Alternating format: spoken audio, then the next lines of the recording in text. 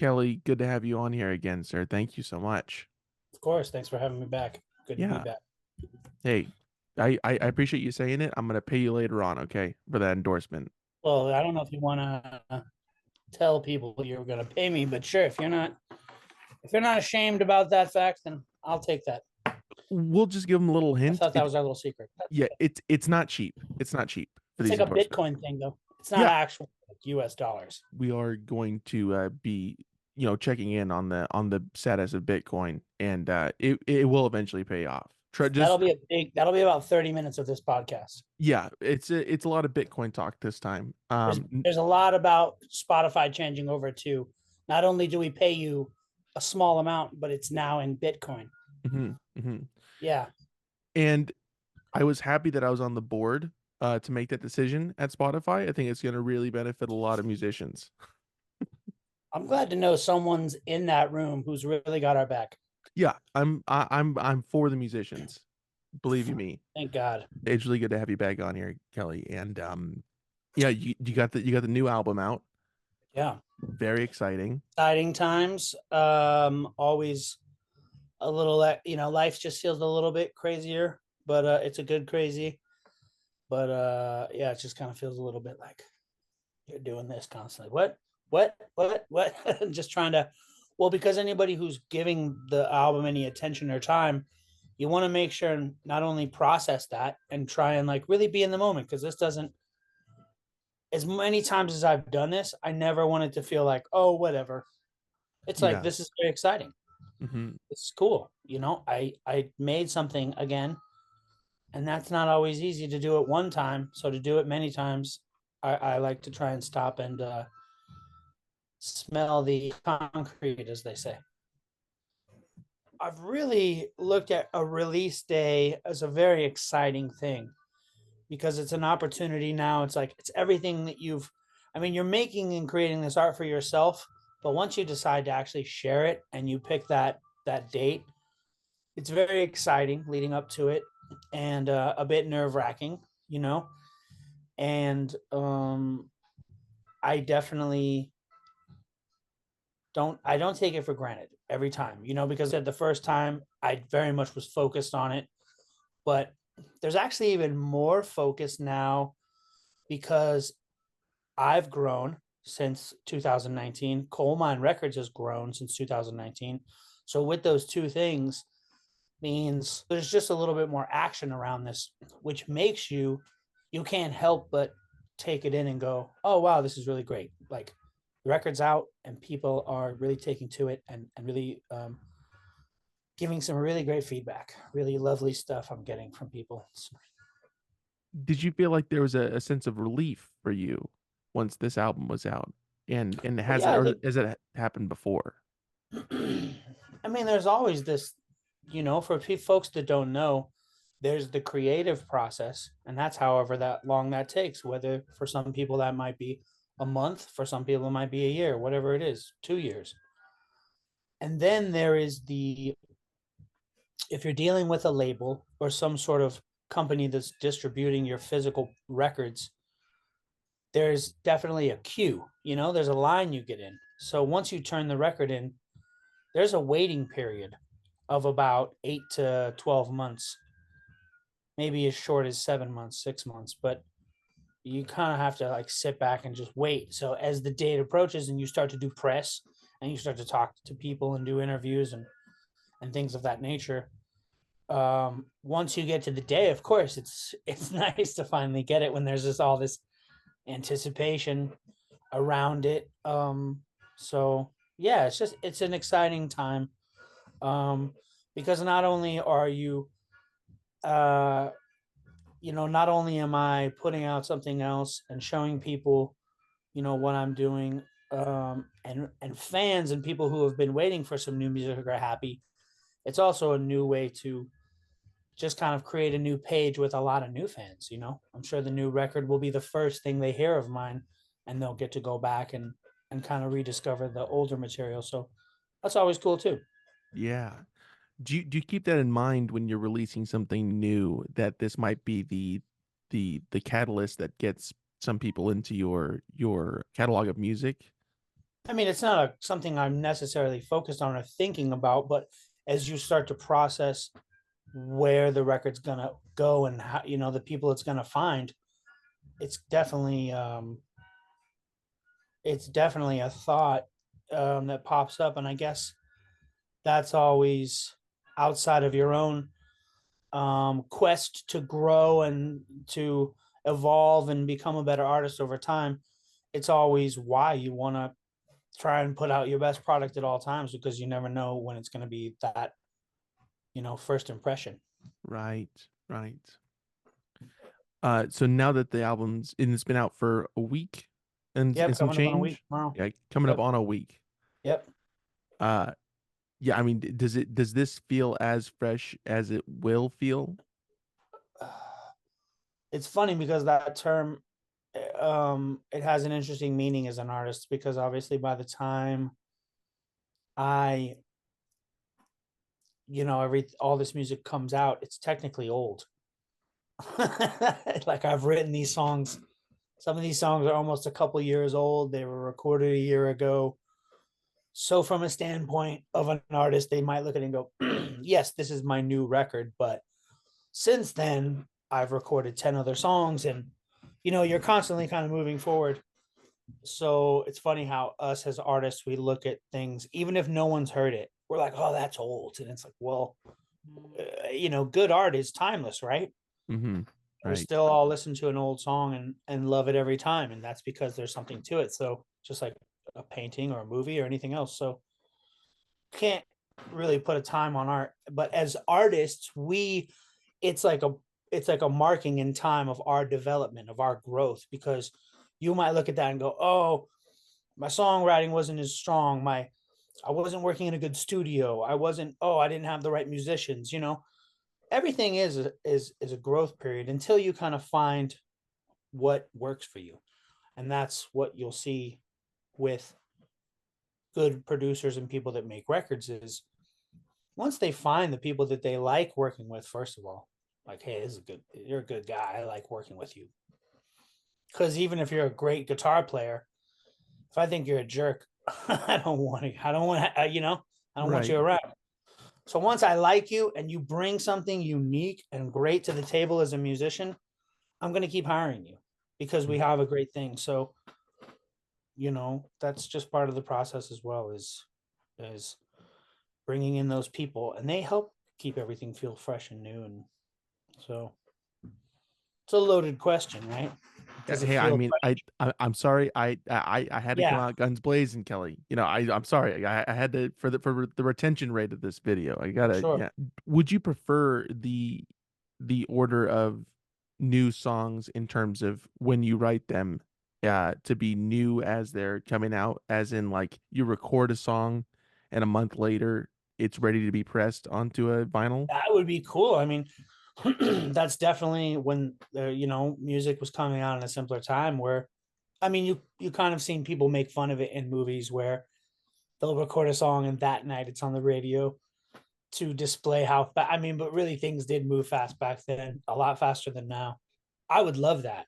If I had the option to, record something and have it out, because obviously it's easy, excuse me, to put something up on Spotify or Apple Music, or, all these platforms where people stream or buy music. You only need a few weeks to really get that going. But to press records, obviously, takes months. So if there was a way, oh, wow, of course. And there Could wasn't such a, I don't think there was much planning as there is today. Back then, it was just like, hey, so and so's got a hot new record.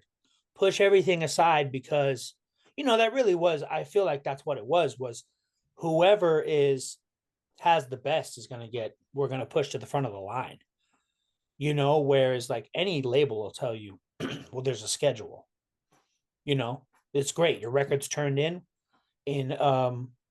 March. It's going to come out in September, of the following year. So there's always, like I said, because you have to plan, you have to figure out what stores are ordering what, you have to figure out your PR, you have to figure out your radio, your blah blah, there's a lot around it. But back then I feel like it was like, hey, we got this new hot Elvis. We got to get it on the radio. Like it's funny to think about, but man, if only I could just give something to Terry Cole and say, press this and get this on the radio in a week. That was my Southern businessman voice. I've been working on that character. It's very good. It's very good. Still That is honed in. developing his backstory, but Mhm. But the idea is there. The backbone yeah, is there I for think the I got a character. nice timbre. Yes, absolutely, absolutely. Do you feel like if I mean if we keep on seeing these vinyl sales, I mean, and it's not just within this more smaller area of music. I mean, also Taylor Swift, these bigger artists are also putting out vinyl now. Mm-hmm. Do you think that this could culminate into more record plants being reopened and vinyl being distributed more easier and faster? I think the hard part is the job itself is not really, it's not just something you can kind of throw anybody into. It's a real science and a craft of what they're doing at these plants, running the machinery, making sure the mix is right.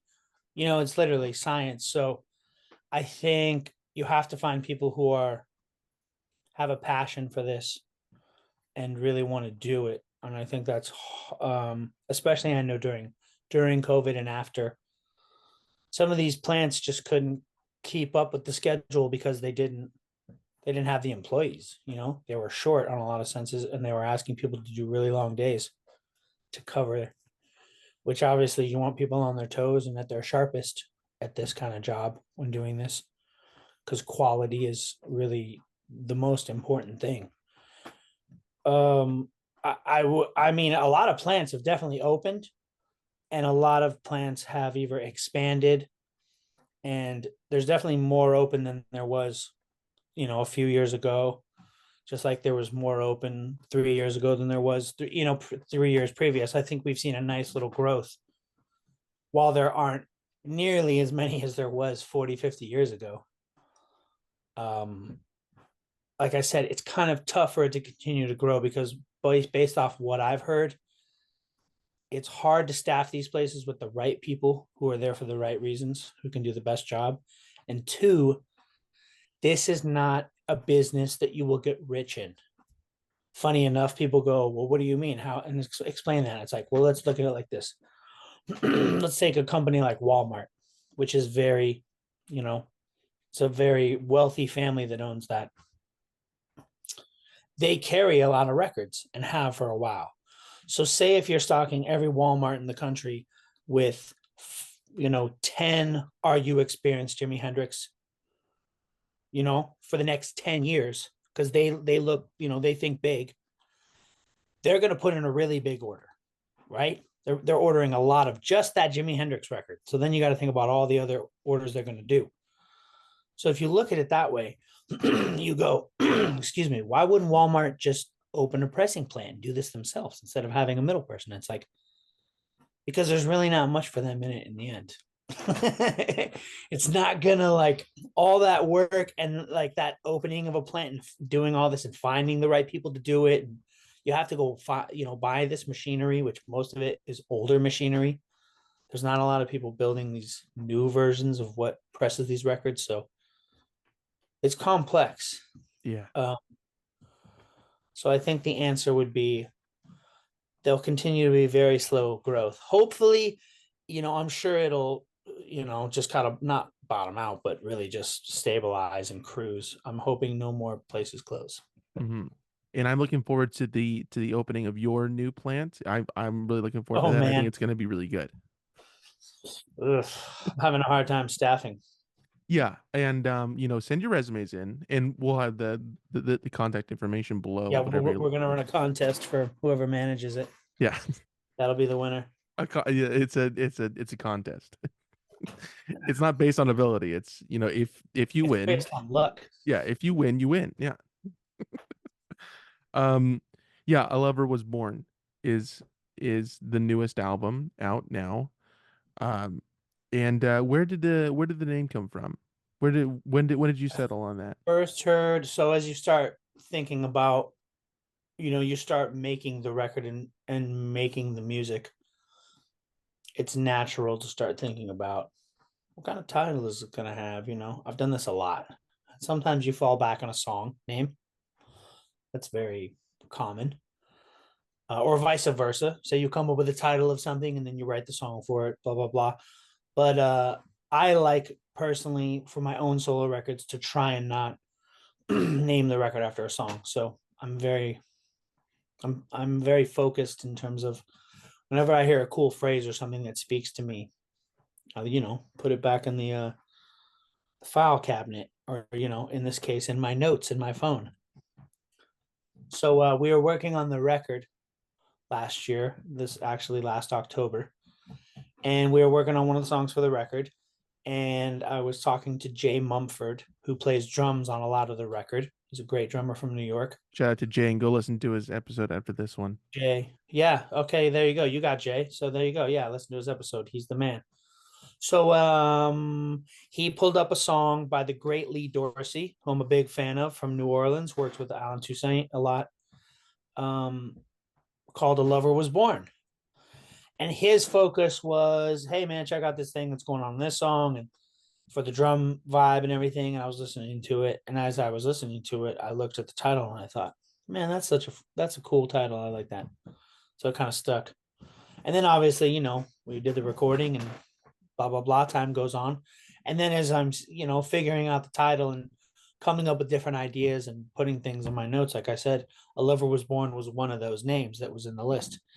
And over time you go back to things with a new point of view, a new state of mind, and I would delete other titles and ideas, and that one just stayed. And as I started to complete the record and things started to show a true shape in terms of what kind of record I was making, looking at this little list of names that kept kind of getting smaller and smaller, that one just kept speaking to me. And it just felt like, like I said, I've done this enough to when it's a feeling. It's like the name of your movie or the name of your book, or it's like anything else that's like intellectual property that comes from here. It's like when you're so attached to something, creating something, it's just, hopefully, in most people's cases, when that title hits you, you felt like I did. It's just like, oh, this feels right.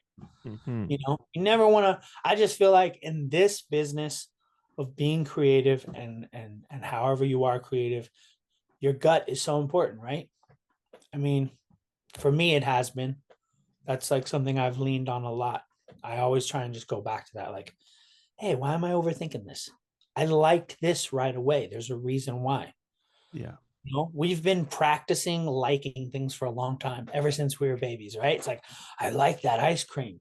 Oh, I like this Disney movie. I like Sesame Street. I like this sweatshirt. I like this blanket. Like, that's all attached to how we feel. So it's like, hey, I like this for a reason, instead of being like, well, is everyone else going to like it? Oh man, you're going down the wrong street now. Yeah. That's not Sesame Street. Yeah, Yeah. that sounds like Skid Row, maybe. Yeah. Right after I said that, I thought, God, I hope people don't think I'm talking about the band. Also, that I mean, So they do. shout out to them.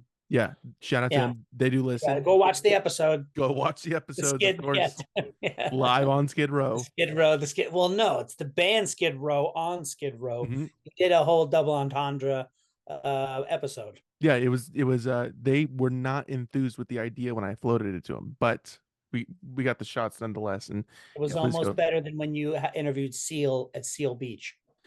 Yeah, that was contractually that was an issue. He was I down for heard. it. It was, I heard. yeah. We don't want to. Sorry, I shouldn't have brought that up. Do you find that ideas for titles come easier or more fluidly when you're in the process of writing new stuff or creating something new?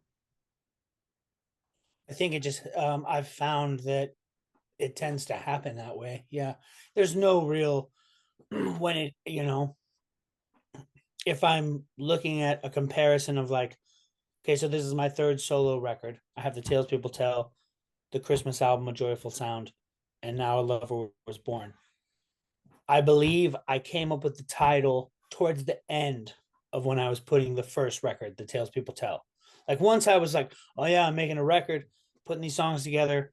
this is something that is happening. I think naturally my brain went, oh, well, you're going to need a title, buddy. So you better, that's another thing to, it's like, oh, yeah. And I think it just popped in my head. Like I said, you get ideas like, from me all the time, song titles, just different things. And you write them down, so you remember them. And I think I just had that one. Same with the Joyful Sound. That came later in the process. Now, a Monophonics record like Sage Motel, that came right at the beginning, and that's why that became like a conceptual record that was really driven by the idea and concept of something. Whereas, yeah, A Lover Was Born, like I had written a lot of the songs, but that became a possible title at the beginning of the recording process. So, like I Mm. said, it's going to happen all very naturally and organically, but it's always just like I said, it's always nice when you don't have to just fall back on a song. Because as we know, that's just such a cliche thing. It's like, well, what about like She's Never Coming Back? It's like that's the hit single. It's like, okay, I guess our record's called She's Never Coming Back. Great. What the hell does that have to do with us? Yeah, and again, that's not a shot at Skid Row. We No, we that's one of we their do we do best like them. songs. Everyone knows that. Everyone knows that, of course. And the good news is she did come back.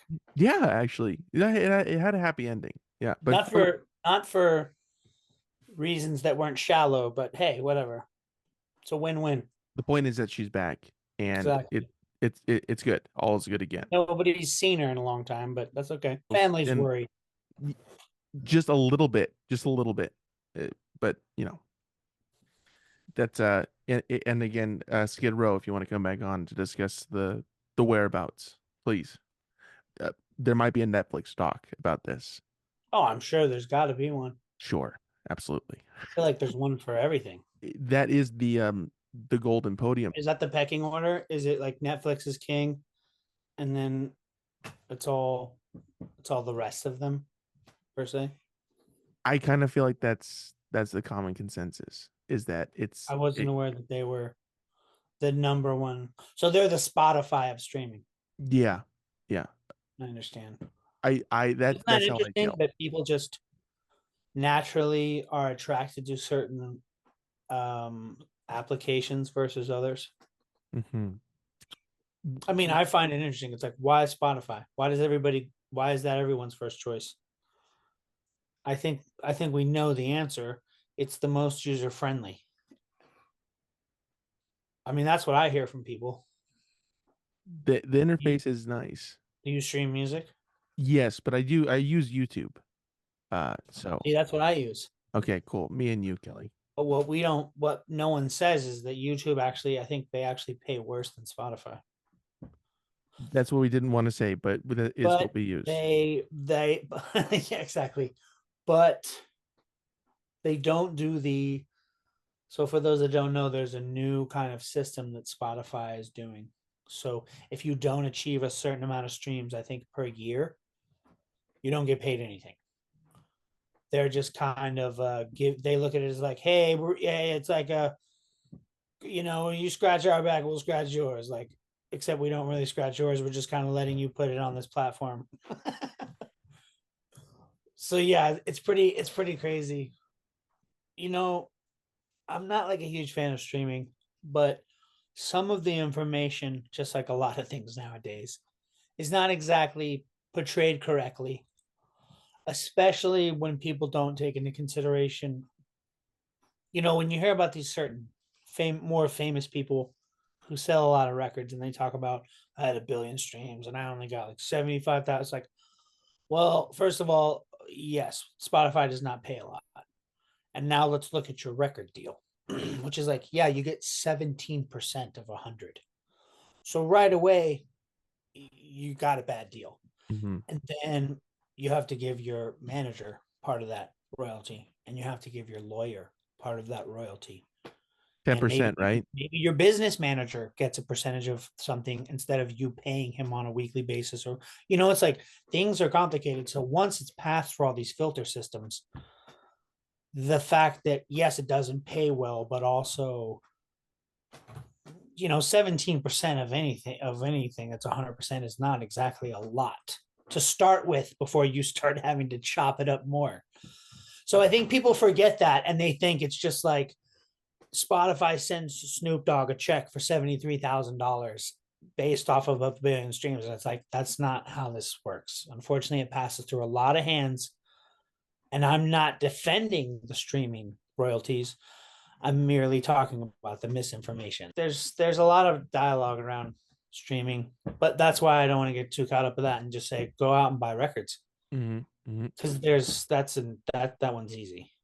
Right. You buy the record, you support the record shop, who's an independent business owner and someone who's trying to strengthen a community. You support an artist. You know what I mean? Chances are it's a probably smaller distributor or a company that's helping distribute that versus like the big Sony, UMG, Warner Brothers, all the big, The big like to dogs. me, that's the best way to like support a band or an artist is obviously to go see a show. But nowadays that's become, that's going through a lot of hands before it gets to the artist too. They've found a way. I don't know if you saw I think it was Blake Mills or James Blake. I'm trying to remember the artist. He just did a great post about, it's all just turning into a very difficult game how to make a good living based off, okay, they changed record sales to streaming, radio kind of died. So people said, hey, tour more. That's how you make the money, right? You've heard that. If you want to make good money, you got to tour. Okay, well, now you have all these big companies like Ticketmaster and all these people adding these crazy fees and basically pricing people out of concerts and making things difficult. And so now that's affecting the artists. And also, obviously, since COVID, things have changed. Um, just like everything has gotten more expensive when you look at the supply chain and just how everything was affected by a global pandemic. Unfortunately, everything's more expensive. So touring is more expensive. So that's changed. And now, because of all this, they're just kind of like, well, create content and people like you. And it's like, well, if I do that, then I have to fight the algorithm system of where I have 100,000 followers, but only 17,000 people see my posts. Back to that 17%. Back to the lucky But that's what I mean. 17. It's like, so it's just this big discussion of like, how do you survive? How do you, like, everything that we've looked at is like, well, I can do this. They kind of squeeze it. What was once feasible is not anymore. I mean, it is. It's just not as, it just doesn't offer the comfort with success that it once did. You know what I mean? I think once you had less obstacles and less people basically taking their little cut or finding a way to squeeze a little bit more money. I mean, I think we've all seen it in all avenues of anything that's a corporation where it's like we all remember the days of buying a flight and that included your seat. And now you buy a flight and they're like, "Oh yeah, you want to sit in a decent seat? Got to fork over another $25." You just Yeah. go, "What? I just gave you 400." Like that, what is that for? Oh, well, that's for some other things. It's like, but the seat is the most important thing, right? I Like mean, I I need know the that. Yeah. baggage but I have to sit somewhere, and like that's what I mean is like they've just all figured out ways of being like, oh, we could, what used to be, well, we don't want to do that to the consumer. We don't want to do that to our customers. Now it's just like, well, everybody does it, so screw So it. why not us as well? Yeah. Why not Exactly. we get ours? Yeah. Yeah. So, I'm not sure how we got to this point, but I think it was the streaming or something, but it's interesting to talk about all this because in the end, um, it's a very obviously, like you said at the beginning of this, we're living in the twilight zone. Yeah. Big Rod Sterling fan, of course. Love him. I thought you were going to say Stewart. Thank God. Yeah, also all rods, let's just say that. I Yeah. mean, Across the board. Is there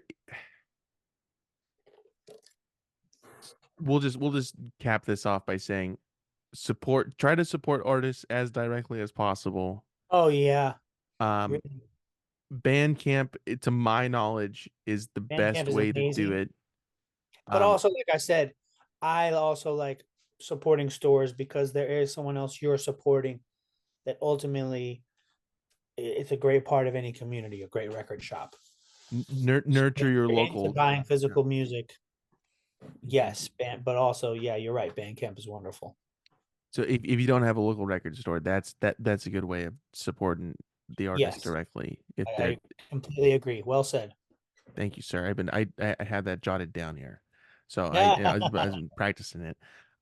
Yeah, and buy the merch at the shows as well. If Oh you yeah, get through all these hoops to get to a show, buy some merch as well. buying merch is also a great way to support art and artists directly. Mhm, mhm.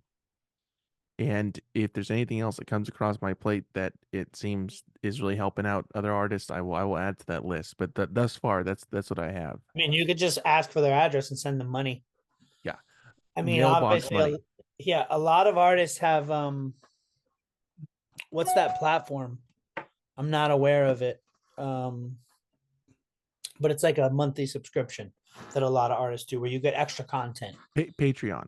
Patreon. Yeah, that's definitely a way that where I see a lot of artists kind of having that side hustle of a way to put little extra money in their pocket, Mhm. versus nobody really. I'm sure Patreon gets their cut, but after they take their cut, that's a good thing. Yeah, I haven't dabbled.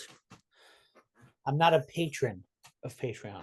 not yet. And Patreon, it does sponsor this podcast. So, we love you, Patreon.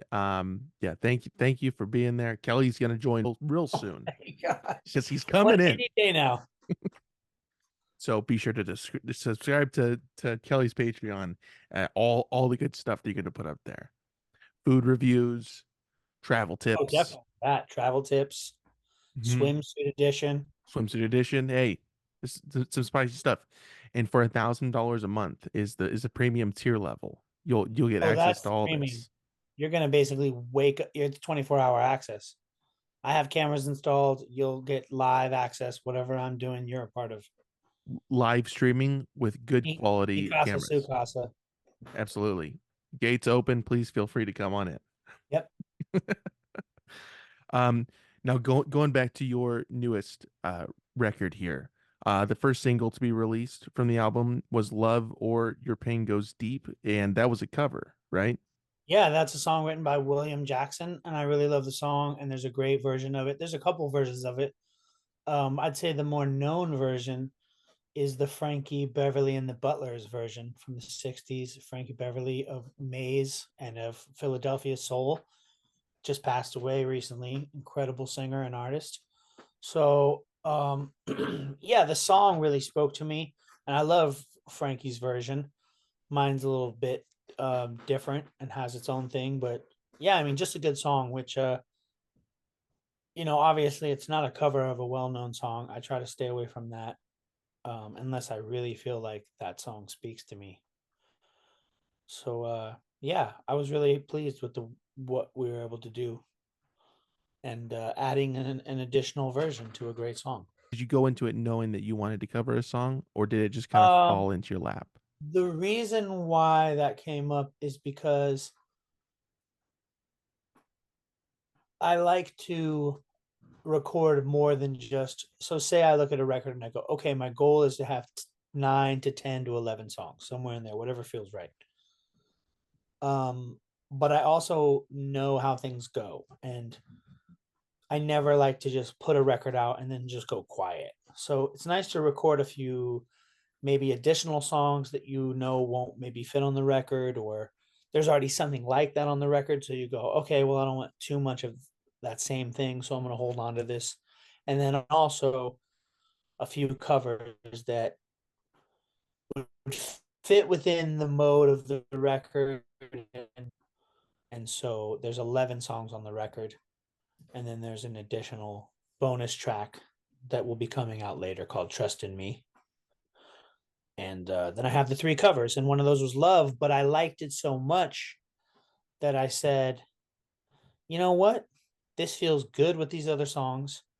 And I mean, that's ultimately what it comes down to when I'm making a record. I want to make sure it all feels good. Like, there's times where you record a song when you're making a record and you like the song and everything, but then you start to put things together and it just goes, it just doesn't feel like it's cohesive with the rest of the material on the album. So you hold it back and then you release it a little later.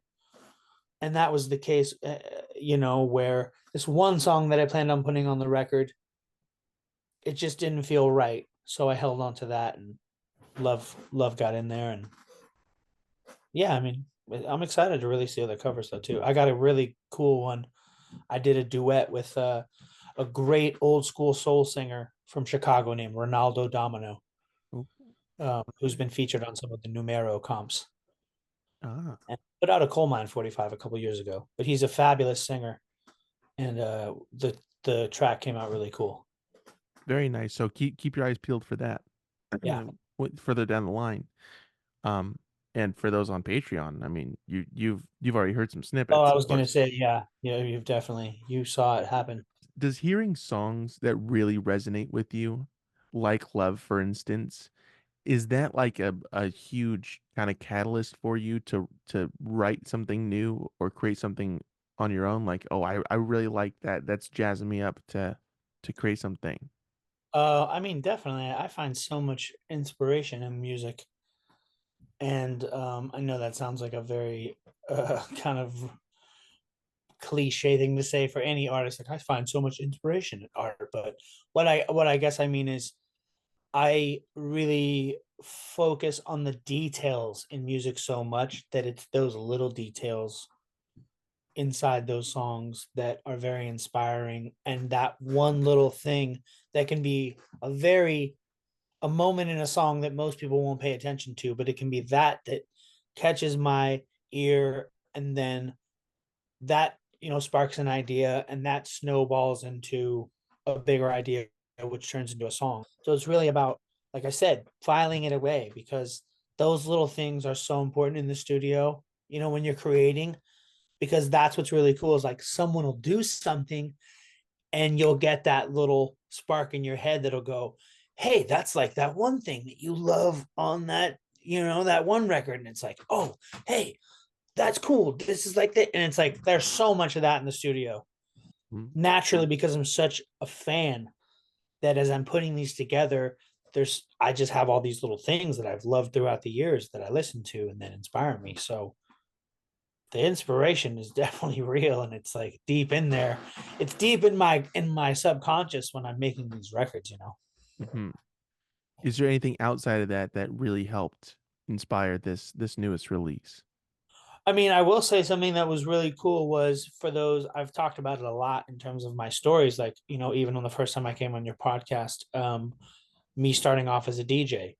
And I love playing records for people, and it had been a long time, but actually in 2023, right at the top of the year, around February, I got um I got contacted by this gentleman who works with the Black Keys, and they've been doing these record hangs where Dan and Pat go out and they play these really cool obscure 45s, and it's just 45s, and they'll get guest DJs and musicians and people to come out, and they rent out these really cool rooms and bring people in, and it's an amazing time. The vibe is insane. And so they hit me up, and I did a few of those with those guys playing records, and that definitely kind of woke up this other part of my brain in terms of like, oh yeah, I haven't done this in a while. I haven't DJ'd and been in a room where what I play makes a difference. It's usually people coming to hear my songs, fans, people who want to see the performances come. So it's a different thing you're doing. So this is a different muscle you're kind of working, where it's like, oh, these people are moving. Like, people on the dance floor, they're digging it. They're in a good place. You want to keep that going. Hmm. There's nothing worse than like someone has the place going, and then you get up there and you put on a record and people just kind of like slow. It's like, oh, that's Oh, not doing it. I mean, yeah, that's what I mean. But that's what happens with DJing. That doesn't really happen when performing as band, right? But as a DJ, you can clear a dance floor with a bad record. So that definitely was a different kind of inspiration of, oh yeah, on this next record I make, I'm so connected to this type of records and this type of soul music. I want to do more of that, because I've kind of, as we all do in artists, we like go off on these paths and like you find yourself doing stuff and then some, you'll do something like that and it'll reconnect you with like, oh yeah, that's a big part of who I am. But I got so caught up down this new path that was in my rearview mirror. But I love that. So I want to make sure you know what I mean, circle back and show that some love and make sure I give that attention on this next record because that's a big part of who I am as a soul singer and artist. Right. It's a good answer, Kelly. I like that answer. Thank you. Now speaking of the Black Keys, you worked with them. They brought you in to do keys on a cover, right? And was William Bell's "I Forgot to Be Your Lover." That Yeah, was I what you played performed organ on. and sang background vocals with Dan on the choruses, and that was an amazing experience. Those guys are really great. I really respect them, and just it was a great guys to hang out with, great guys to make music with. Um, just a cool experience, man. Got to go to this amazing studio in LA that I've known about a long time, so it was really cool to go there. And at the same time while I'm doing this, they're writing songs with Beck. He's there, so I'm kind of a fly on the wall for that. It's just incredible, you pinch yourself in these moments as just someone who loves music. So injection of like inspiration and fuel into the tank, working with those guys for sure. Hope to do it again. I Yeah, the experience was really great. they seem like good musicians, good dudes. They're very, yeah, they are. They're funny. I mean, anybody who knows anybody from the Midwest, or if you have friends from the Midwest, they have that quick Midwest wit and they love to joke around and they love to talk about music and geek out and just fun guys to be around. Good deal. I mean, you forget that a band like that has been around 20 plus years. And that's the most impressive thing. I think people don't realize like how hard that is in itself, staying together. Just think about how many bands have come out since 2002, since when those guys first came out, Yeah. and not lasted more than a record or two. So I feel like personally, any person who is able to have a career for 20 years deserves at least a little bit of respect, whether you like their music or not. Yeah. You got to just like, well, hey, props. It's not easy. It's really not. I always compare it to people sitting on their couch like yelling at someone because they dropped a ball after getting destroyed in the middle of the field by a safety. Like, what? He dropped it. He had it. It's like, well, yeah, another human just freight trained him, and he didn't see him coming. So, you know what I mean? It's we're so quick to have an opinion in a way that isn't actually rooted in reality of like, hey, what would it be like if I was in their shoes or I was doing that? It's Yeah. always like, I could have done that. This idiot. And you know what? Sometimes they're right. Sometimes they're like, "Oh, well, I could have gotten Well, that no, I ball," would or say need. that there's definitely exceptions to any rule, right? I mean, there's always things you could look at and go, there's no reason that should have happened. But we tend to have we tend to lose sight of like the human side of things. It's like that's still a human being. We all make simple, stupid mistakes of things that we do every day. Like I walk over this step every day, and then for that one like second, you trip over it, right? And you hurt yourself, and you're like, but that's part of being a human. It's like that's why it's like you're right. Sometimes say your piece, have your opinion, but sometimes it's like, hey, make it look easy, but it ain't. Right. When you're dropping in to perform like a kind of a guest role in a song like you did with the Black Keys, do you prefer it to be like a more structured idea when you get in there, or do you like it to be a little bit open ended and like, oh, you can kind of fiddle around of where you want to go, or do you Uh, like a little bit of I both? think a nice. I think there's definitely something to coming to a situation where that's prepared and there's a plan and the people who have hired you know what they want. I definitely don't like the whole just like, oh, just do whatever you want. It's like, what? Like, some direction is important. But then you also have to remember, well, they're bringing me in here. If someone's hiring you because they know who you are and they know what you do, then usually they just want you to do what you do, you know? So sometimes they might just be like, hey, just do what you do, which means however you approach your own music or these other records you've played on that you're known for, just do that, you know. But some guys need direction. Some musicians aren't used to creative freedom, so they might need that structure in that direction, while other people are really going to shine if you give them that freedom. I think Mhm. I like a little bit of both. Obviously, like some direction, so I at least know what I'm after, what I'm trying to achieve for you as a musician. I obviously want to serve the song first. I want to make you happy as, the person who's brought me in.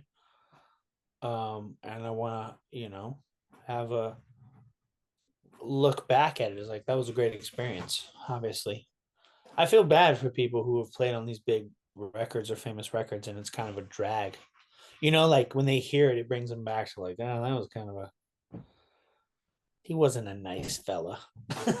And again, Whatever. those names are at the Patreon. We're going to be discussing But who yeah, we no, know we for a will. fact. That's Thank you. I'm glad you picked that ball up and ran with it. But uh basically, yeah, I mean, when it comes down to just the experience as a whole, it's all about collaboration, right? It's like that's why people decide to bring other people in, is because you don't want to just do it all by yourself or do it in a box where it's like very structured. Um, so I mean, I think that was the best thing about that experience. Going back to the keys thing, is like it really felt collaborative. Like it was a true collaboration in terms of the vibe of the session. Very nice. Do you like to offer that to the people that you bring in to work with you? It's like, hey, I'm bringing you in for your tone or your voice. Um, Definitely, I would like say that.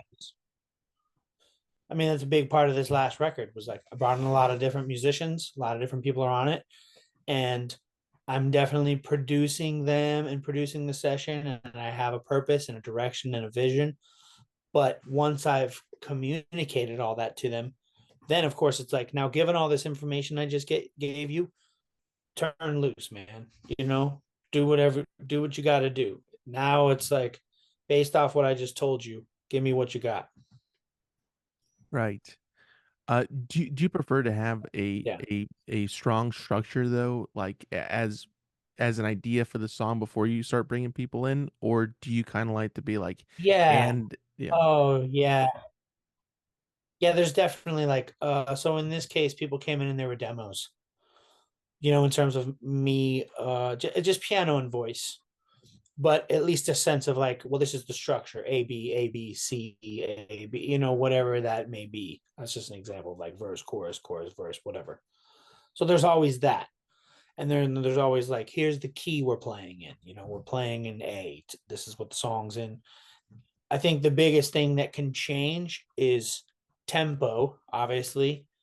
That's a thing where you might say, oh, hey, it feels good like this. And then once you get in the room with everybody, you start to play it, you might go, oh, it feels a little slow, like actually now hearing everybody. Because you're obviously sitting and playing a song out on the piano versus now you have drums, bass, guitars, keyboards, and everything feels different. So you're going to definitely, kick it up a few clicks, make it faster or slow it down. Um, and then it's just about everybody coming up with great parts.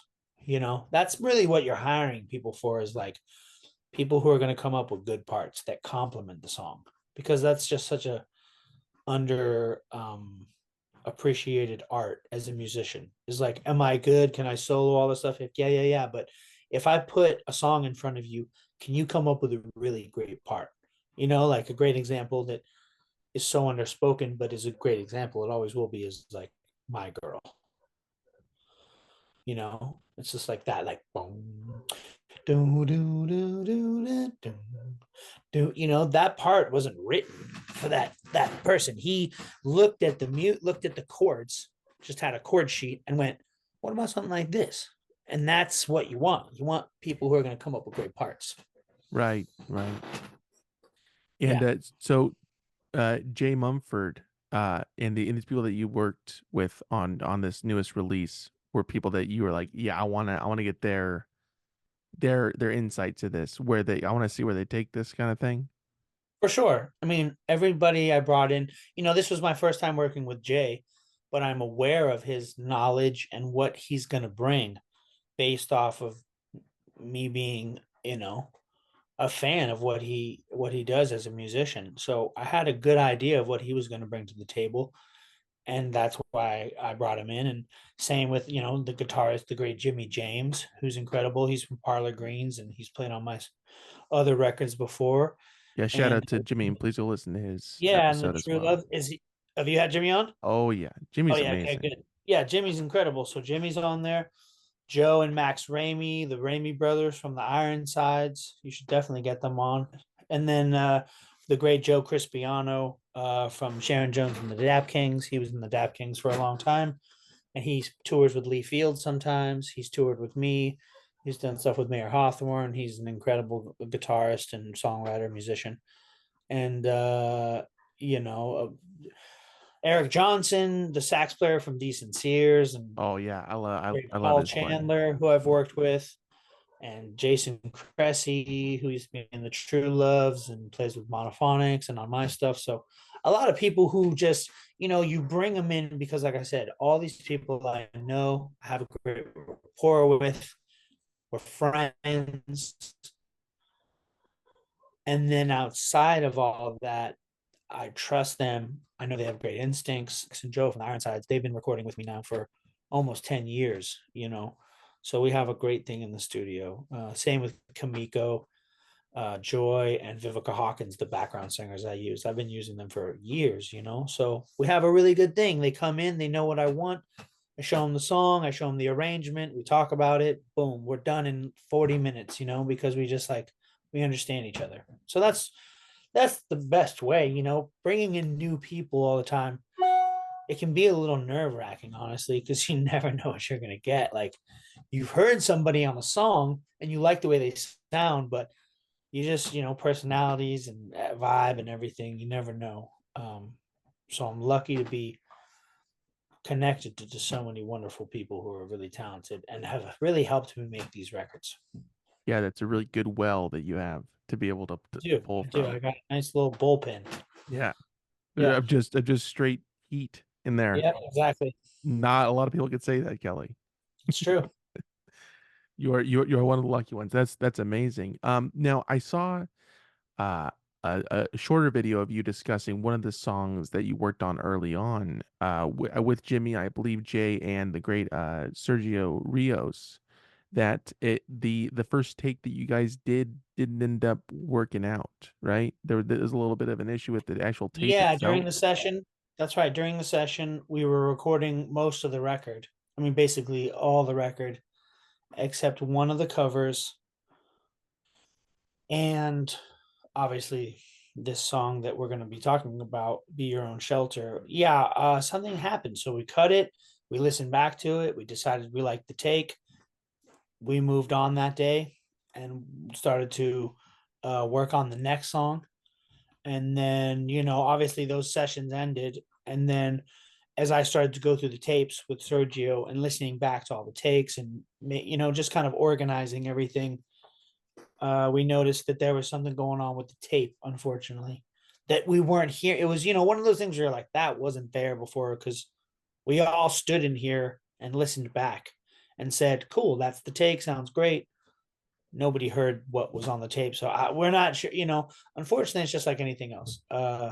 Sometimes there's just these little things that happen when you're working with this equipment, the little ghosts in the machines. I've heard plenty of stories of this happening before where, there's just a glitch in the matrix. And unfortunately, we didn't get to use that take. So, and because I had everybody flying in and bringing them in, I couldn't just summons everybody for an afternoon to recut this one song. So we ended up doing it kind of the old school approach, like my first album, which was, I would play the drums and do a little bit more. I'd be a little bit more involved with playing on it. Yeah. Um, Yeah. oh, that's a real tricky thing when those things happen. Yeah. It's part of the process. Did the take that ended up being on the album sound vastly different from the what was recorded from the first No, session? I wouldn't say vastly at all. No, I mean, it was the same arrangement, same kind of idea of instrumentation and stuff. It was just, I mean, it was slightly different because it was, anybody will tell you, you can sit down five drummers at the same drum kit. It's going to sound different because of who's playing it. So Right. obviously, Jay playing it versus me, just there's a difference. You know what I mean? And then the fact that it was more built off of a few people playing it versus a whole room full of people playing it, like the original take, like five people playing on it versus three. It's just a different energy. So some slight differences, but very similar overall. And I do want to take this time to shout out. Please go listen to Sergio's episode as well. Fantastic musician, great guy. You really have Sergio? Yeah. You have Sergio as well? Mhm. Sergio is like the best. Please. Look, Kelly, I'm getting everybody from your well, and I'm just Sounds trying like I'm just sounds trying to amazing. pull them out, interview them, and then You've got good taste. I feel honored that I'm on the show if you've had all these people. I appreciate it, Kelly. Thank you very Yeah. much for saying that. If that's the only real thing I say, I do thank you.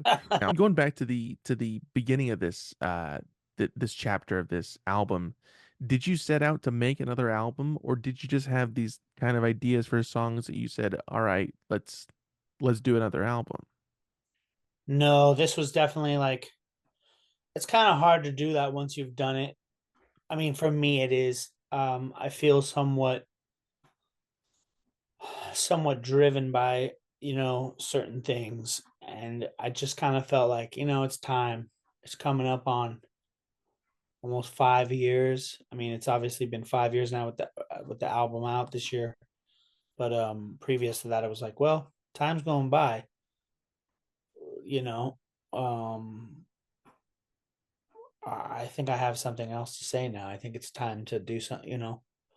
It's time. So yeah, this was very much driven by, okay, I'm doing this.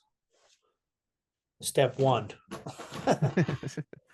Um, do you feel like making music often comes together organically for you? Well, I think I've just learned over the years like what works. Everybody's process is different, and I've just learned what works for me. So it's more just about like planning out things, especially if you're starting to bring in other people. Everybody has lives and schedules, and you have to start to tap into that and think about when people are gonna be available and whatnot, which can be tricky at times.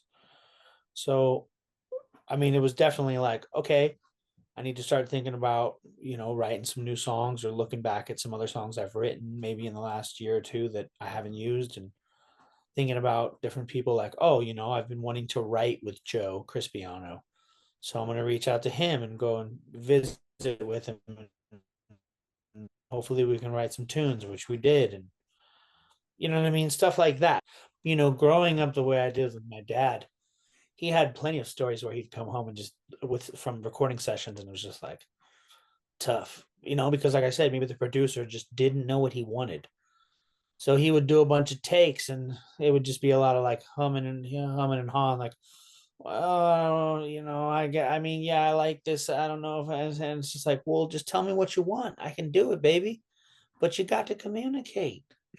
Right. All this vague, like weird communication isn't really leading me towards the light. So, um, it's all part of just wearing that producer hat, which is like the more organized you can be, the more fluid things will be, the better the process is, which allows everybody to have a better time. And happy musicians make better records than angry ones. But you never Some, know.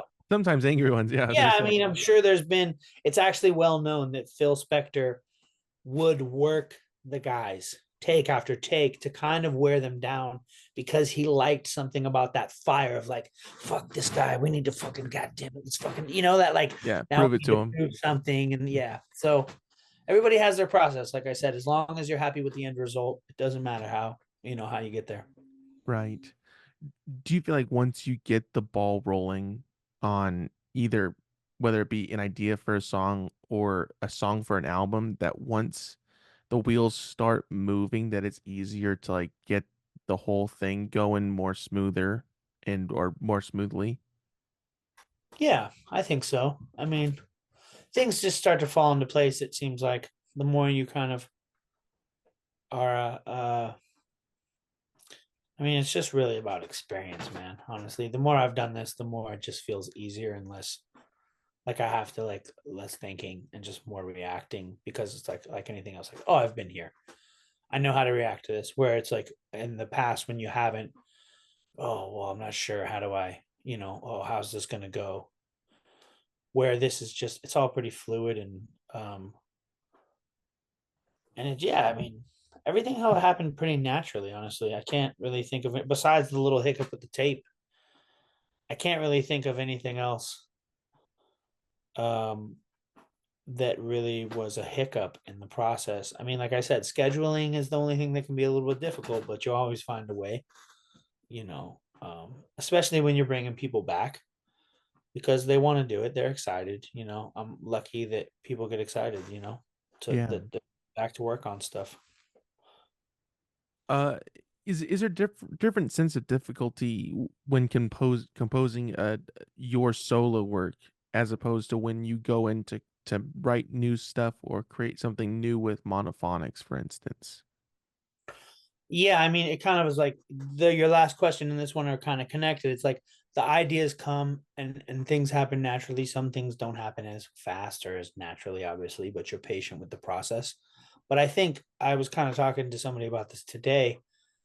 Um, there are so many similarities to when I'm working on my records versus monophonics. There's a lot of similarities, but there's obviously differences given there's some different people involved because monophonics is a group, whereas I'm doing this as a solo venture. Even though there are a lot of people involved, similar people involved, it's just different what I'm asking of them in a sense. And I approach both things. I mean, it's just kind of one of those things where it's like, of course, there's a lot of similarities because it's me producing monophonics, it's me producing my solo stuff, it's me as wearing a big, I'm not gonna say responsibility, but it's like I'm a big part of the songwriting for monophonics and my solo stuff. I'm the lead singer for both. I'm recording both. I do the engineering, I do the mix. So it's like there's all these similarities, which means okay, a lot of the process is going to cross over and be the same. But the biggest thing with monophonics, I really try and push the boundaries of the genre and subgenres that come with soul, psychedelic music, psychedelic pop. You know what I mean? Rock, pop, whatever you want to. How like monophonics to me is just like a different type of stew. Hmm. Where it's like my thing is like this is a classic stew. This is soul music that's rooted in rhythm and blues and gospel and doo wop and you know what I mean. All these things where I can really color outside the lines, push the boundaries, be weirder, be a little bit more out there and stranger with monophonic songs and lyrics and production and all the things that I do.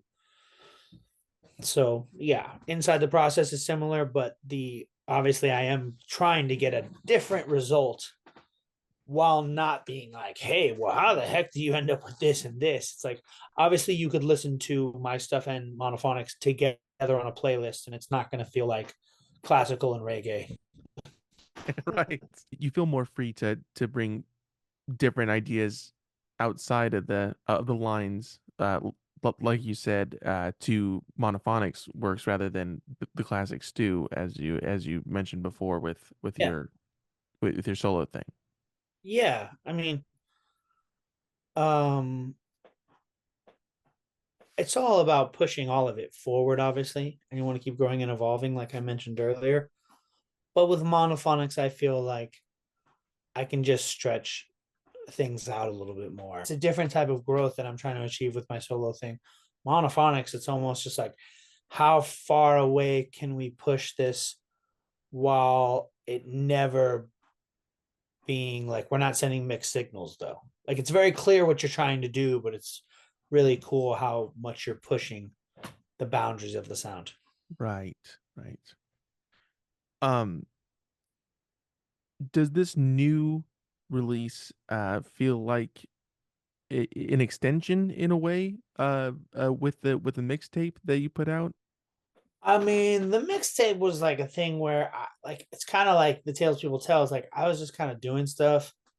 There was an interesting thing that happened with releases with COVID because obviously, but a lot of labels and a lot of like people kind of like pulled back, and there were certain projects that got put on the back burner and certain things. So because of that, I kind of just was like in this middle place where I was just creating stuff and experimenting and doing stuff for fun, for my own enjoyment as an artist, of like, oh, I've never tried this, or what would this be like?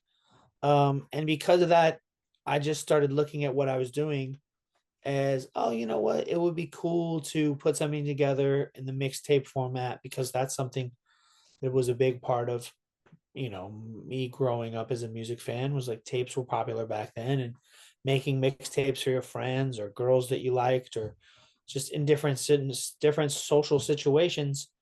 That's just a part of my childhood and teenage years. So like I said, I love pushing the physical format, like music on records and tapes, CDs. That's what I'm all about.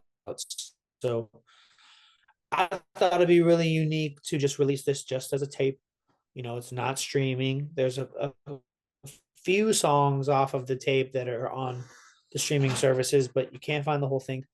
You can only hear it if you buy the tape, and you can rock it like that. So it's also that it's like making sure that as an artist, I'm making a clear statement of like, hey, this is really important to me. Making records and putting out tapes is like, this is who I am, and I'll never get away from that. But I wouldn't say it's an extension, man. It's just kind of like a fun, self-satisfying thing, which is kind of what this is all. I've always said, you have to do this for yourself. You have to like serve yourself, and you have to like, satisfy your own soul first. I've always said, it's like, who is going to put out music that they don't like that they're making? It's kind of weird to think about that. They're like, I hate it, but I'm putting it out. You're like, oh, okay, interesting. Yeah, Well, the interesting. record label wants me to. And it's like, why the hell did you play it for the label if you hate it? Who does that? You know You what I put mean? you put yourself in that position that you're in currently. Yeah, it's like You you're took all the asking for steps. trouble. And if you don't like what you're creating, I mean, then create something you like. It's as simple as that. I mean, that's why we all get into this, right? I mean, obviously, there's plenty of people who get into things for the wrong reasons, but for the most part, we all look at music as this thing that heals us and makes us feel good. And it's just like, it's this language that speaks to us and makes our life better. And when you cross this line over, you say, hey, you know what? I want to try and create something that makes people feel, you know, as good as I feel from music. So once you decide to do that, like I said, you're always going to go back to that gut of, wow, I really like this. This is cool. I made this. I want to share it with people. So that's a big part of this whole thing, is serving yourself. It's a good kind of selfishness. Do you have a favorite track from this newest release so far? Not overall, but I mean, as we sit here right now, is there one that's just sticking out to you? Well, with this record, I've talked about it a little bit. Um, I made, like I said, we talked about the rocking the parties with the keys, and how that kind of changed. So as I started to work on this record, there were certain things where I was like, hey, I don't want to do this again.